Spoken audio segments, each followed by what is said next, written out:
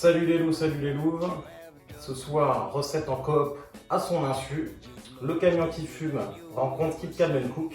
J'ai piqué une recette de Kristen Federic que j'ai twistée à ma façon. C'est-à-dire que j'y ai mis une Lemis Hot Barbecue Sauce. Hommage à Lemmy, forcément il y a du Jack Daniels dedans. J'ai chopé un cheddar US affiné au café chez Androuet, grand maître affineur rue de la Terrasse dans le 17e. Le bun est artisanal, il vient de la boulangerie Léonie. Et le steak, c'est du Wagyu qui vient de chez Le Bourdonnais. Alors ça rigole pas, maintenant que j'ai cité mes sources, on va pouvoir se mettre au fourneau. Alors surtout, si vous voyez un truc apparaître ici, vous inquiétez pas, c'est normal. C'est pour mes potes anglais, petite traduction. Notre oignon, on va déjà venir découper une tranche bien épaisse au milieu, histoire d'avoir les plus jolis anneaux pour nos onion rings. Donc là, on va venir délicatement détacher les anneaux un par un. Voilà, qui vont nous faire des magnifiques onion rings. La casserole qu'on va utiliser pour faire nos petits oignons confits, on va venir la poser sur un papier sulfurisé. Et là, on va venir découper un cercle. Maintenant qu'on a notre cercle, on va juste venir faire une petite croix au milieu. Alors pas trop finement l'oignon, hein. Faut que ça confise, faut pas que ça devienne de la bouillie. Nos petits oignons ils sont émincés, avec un petit filet d'huile neutre et on va y mettre nos oignons. On va venir les faire suer 2-3 minutes max. Une pincée de sel, une petite pincée de sucre en poudre, un petit trait de vinaigre balsamique. Et là on va venir mettre notre fameux cercle dessus, bien en contact, et on va baisser à 2 sur 10. Là on va laisser une demi-heure comme ça. Man, that's him, me and you. 1, 2.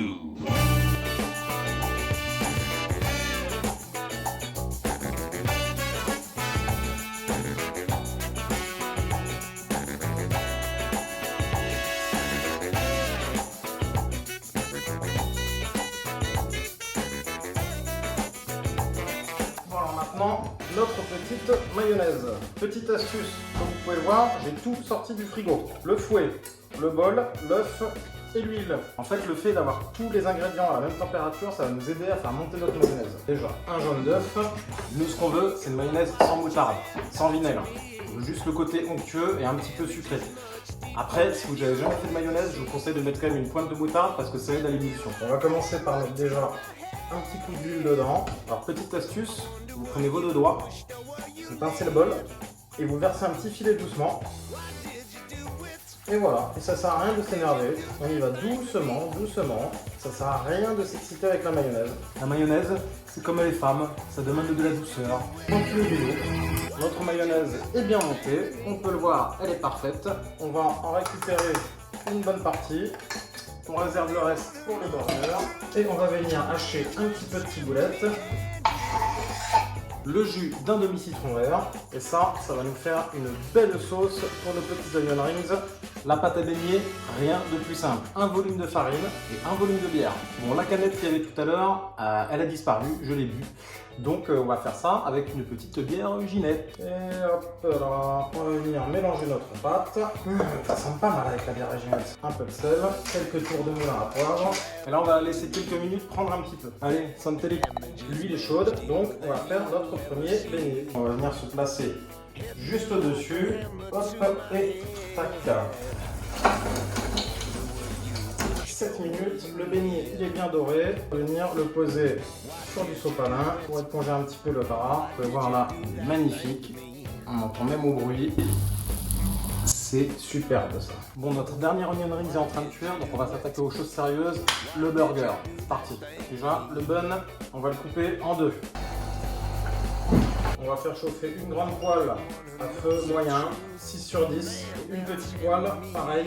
La petite poêle, on va venir y poser nos 2 tranches de lard à froid. Pendant que tout ça chauffe, on va sortir notre salade. Pousse d'épinards, on va juste faire vite fait une petite vinaigrette au citron, ça va être top, ça va amener un petit peu de peps parce que tout ça c'est quand même très gras, très sucré. J'ai oublié de vous dire, les oignons confits, je les ai enlevés.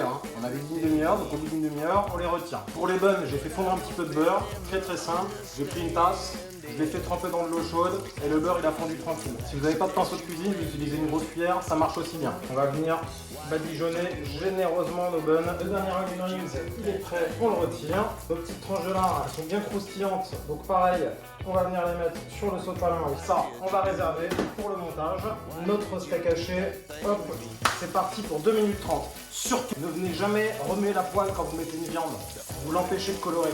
vous la posez et vous ne la touchez plus. Nos buns, on a mis du beurre, on les place côté mi, on va les faire toaster. Au bout de 2 minutes 30, hop, on vient poser notre tranche de cheddar bien généreuse et on vient couvrir et on le remet pour 2 minutes 30. Prendre une belle cuillère de mayonnaise.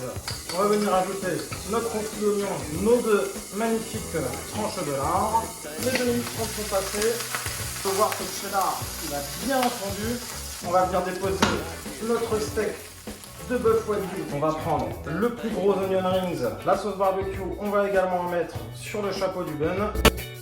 The only one who knows the truth, man, that's him, me and you. 1, 2.